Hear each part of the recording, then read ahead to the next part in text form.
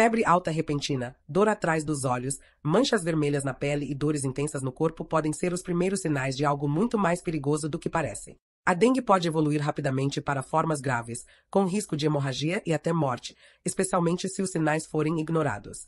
É uma ameaça real em todo o Brasil, principalmente em épocas de calor e chuva.